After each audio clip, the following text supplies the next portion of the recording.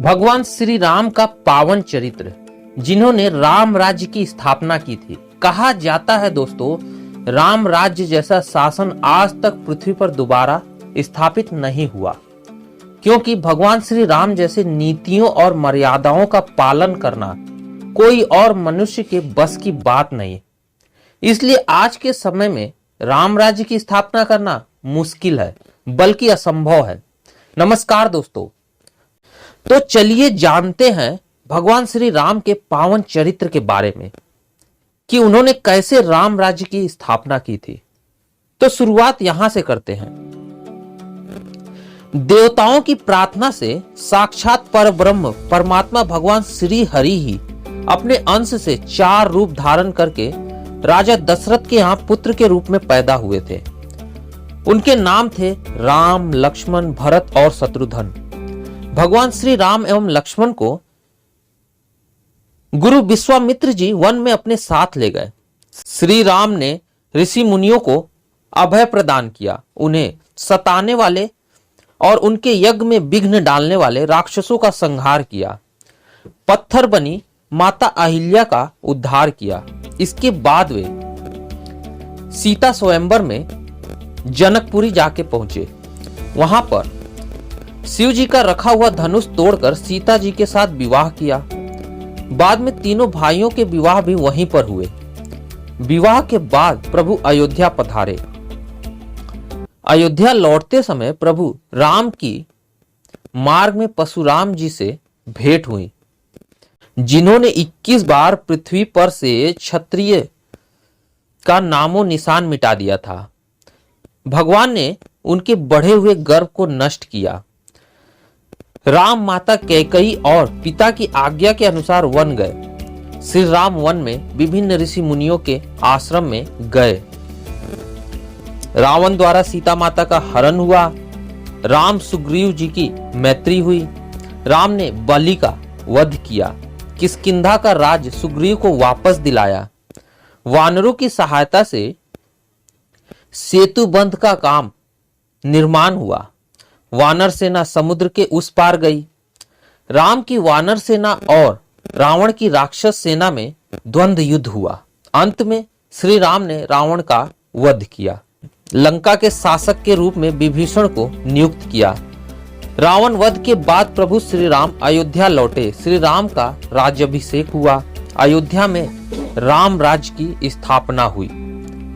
भगवान राम की शासन व्यवस्था सर्वश्रेष्ठ थी।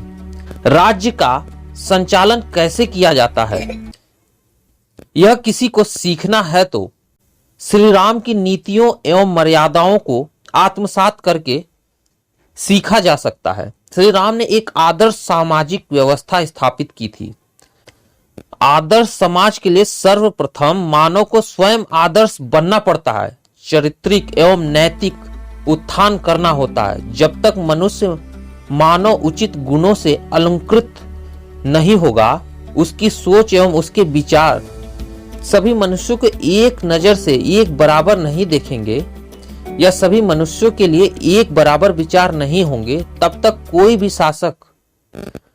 कोई भी शासन व्यवस्था सफल नहीं हो सकती। इसलिए भगवान श्री राम ने सबसे पहले मनुष्यों को सुसंस्कारी एवं नीतियों में निपुण बनाने का कार्य किया। मनुष्य को उसकी जीवन की महत्व को बताया, उसे उसके कर्तव्यों का भान कराया, अर्थात याद दिलाया। एक आदर्श राष्ट्र का निर्माण करना है तो पहले आदर्श नागरिक का निर्माण करना होता है। आदमी को बनाए बिना राष्ट्र नहीं बनते। यदि किसी देश को, किसी राष्ट्र को बनाना है तो पहले मनुष्य को बनाओ, राष्ट्र अपने आप बन जाएगा, वह खुद ही खड़ा हो जाएगा। वास्तविकता भी यही है दोस्तों। राष्ट्र व्यक्ति से बनता है। व्यक्ति को खड़ा कर दो, राष्ट्र खड़ा हो जाएगा। श्री राम ने इसी दर्शन, इसी विचारधारा का प्रतिपादन किया और उस समय एक आदर्श एवं सशक्त राष्ट्र खड़ा कर दिया। श्री राम ने स्वयं ही नीति एवं मर्यादाओं का पालन किया एवं प्रजा को भी वैसा ही करने को कहा। प्रजा ने अपने राजा का अनुसरण किया और यथा राजा तथा प्रजा की कहावत को चरितार्थ किया। न आज तक भगवान राम जैसा राजा हुआ और ना ही उसके समय जैसा आदर्श राज्य हुआ और ना ही उस जैसी प्रजा हुई। राम के राज्य में ऐसी सुख शांति और संपन्नता थी कि स्वर्ग के देवता भी भारत भूमि में जन्म लेने के लिए ललायित रहते थे। राम राज्य में प्रकृति मनुष्य की समस्त कामनाएं पूरी करती थी। वनानि नघो गिरियो वर्षानि द्वीप सिंधवः सर्व काम दुहा आसन प्रजाना भारतवर्ष है। उस समय वन, नदी, पर्वत, वर्ष, द्वीप, समुद्र सबके सब प्रजा के लिए काम धेनु के समान कामनाओं को पूर्ण करने वाले थे। राम राज्य की महिमा की संक्षिप्त झलक तुलसीदास जी ने भी मानस के उत्तरकांड में प्रस्तुत की है।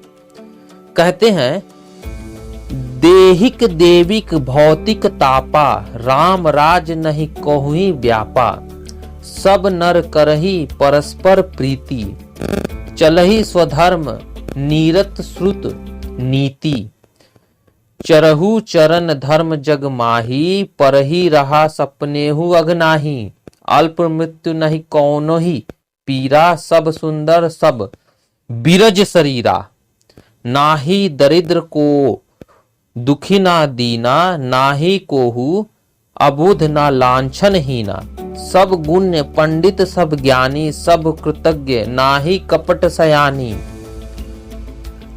राम राज कर सुख संपदा बरनी न सकई फनीस सरता सब उदार सब पर उपकारी विप चरण सेवक नर नारी एक नारी व्रत रत सब झारी ते मन वच क्रम पति हितकारी विधु मही पुर मुख खाही पुर मयुखीनी रभी तप जेतने ही काज मांगे वर्दी देही जल रामचंद्र के राज्य। उस काल में मनुष्य का रहन सहन सोच विचार एवं आचार व्यवहार इतना आदर्श एवं श्रेष्ठ था कि प्रकृति भी मनुष्य के अनुकूल चलती थी। जरा सोचने की कोशिश कीजिए, चंद्रमा अपनी शीतल किरणों से पृथ्वी को पोषित करते थे, सूर्य उतने ही तपते थे जितनी की जरूरत या आवश्यकता होती थी और बादल मांगने पर पानी देते थे यानी जल देते थे। राम के राज्य में ऐसी कृपा बरसाती थी प्रकृति, इसलिए तो राम राज्य पूरे विश्व में श्रेष्ठ माना जाता है। आज के राजनीतिज्ञों, शासकों, प्रशासकों को राम राज्य की इन विशेषताओं पर चिंतन मनन करके उनके जैसे अपने चरित्र को ढालना चाहिए और प्रजा को एक आदर्श शासन व्यवस्था प्रदान करनी चाहिए। देखिए दोस्तों, कितना सुंदर लिखा गया है तुलसीदास जी ने अपने इस लेख में। सब नर नारी करही परस्पर प्रीति, यानी हर नर नारी परस्पर आपस प्रेम भाव से रहते थे। अल्प मृत्यु ना ही कौन ही पीरा, यानी कोई छोटी उम्र जी के नहीं मरता था और ना दुखी होके मरता था, यानी दर्द में नहीं मरता था। बहुत लंबी उम्र जीते थे और किसी प्रकार का दुख दर्द नहीं था। और उस जमाने में सब सुंदर, सब बिरज शरीर के, यानी सभी व्यक्ति सुंदर और बिरज बलशाली शरीर के हुआ करते थे। एक और जगह देखो, लिखते हैं, सब गुण्य पंडित सब ज्ञानी, सब गुणी थे और पंडित और ज्ञानी थे। इतनी मतलब महान थे उस समय का राज्य इतना महान था। कैसी शासन व्यवस्था रही होगी कि सब गुणी थे, सब पंडित और ज्ञानी थे, सब कृतज्ञ ना ही कपट सयानी, यानी सभी व्यक्ति अपने कर्तव्यों को पूरा करते थे। उनके मन में कोई कपट और सयानापन नहीं रहता था। उस जमाने में सब उदार, सब पर उपकारी, यानी हर व्यक्ति उदार भाव का था और उपकारी था, हर किसी पे उपकार करता हुआ चलता था। आज के जमाने के जैसा नहीं कि आपने किसी से मदद मांग ली और वो साइड से निकल जाते हैं, या फिर आप बोलते हैं कि भाई वो देख लेता है कि ये मेरे से मदद मांगने वाला, तो पहले ही किनारे हो जाता है। इस तरह का नहीं था उस जमाने में। देखिए सब उदार थे, हर व्यक्ति मदद करने के लिए तैयार रहता था और मदद करता था। विप्र चरण सेवक नर नारी, मतलब हर किसी के ऊपर सेवा की भावना थी, चाहे नर हो चाहे नारी हो, सेवा की भावना रहती थी। एक नारी व्रत रत सब झारी, मतलब उस जमाने में ये बात बहुत विचार करने वाली। एक नारी व्रत रत सब झारी, कि एक ही नारी के व्रत में रहते थे। मतलब इस तरह की बातें नहीं थी कि 2 शादियां 3 शादियां, ऐसा कुछ नहीं था। एक नारी व्रत रत सब झारी, ते मन वचन कर्म पति हितकारी। तब वो नारी मन वचन और कर्म से पति के हित के बारे में ही सोचती थी और उसी के हित के बारे में ही अपने कर्मों को अंजाम देती थी। तो दोस्तों यह थी भगवान राम की पावन चरित्र के बारे में कुछ जानकारी और राम राज्य के बारे में कुछ रोचक तथ्य। उम्मीद है दोस्तों वीडियो आपको पसंद आई हो तो लाइक और सब्सक्राइब जरूर कीजिएगा। मिलते हैं किसी अगली वीडियो में, तब तक के लिए धन्यवाद।